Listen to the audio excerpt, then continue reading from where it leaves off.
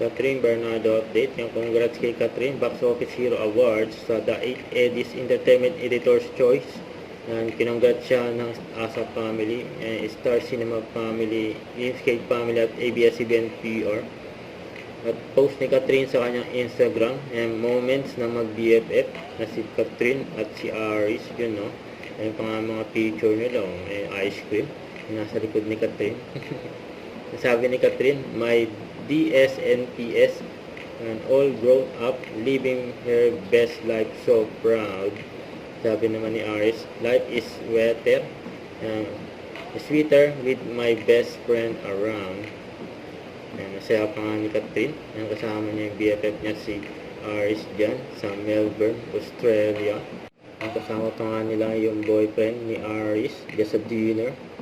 Nasabi pa ni Aris dito, Ili, you know you always have a home here, you know. Sweet na mag-BFF.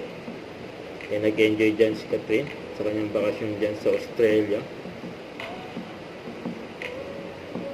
Mga picture nila.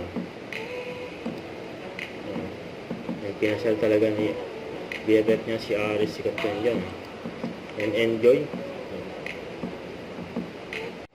Don't forget to subscribe, click the notification bell for more update. This is Richard the Action Vlog. Stay tuned for more videos.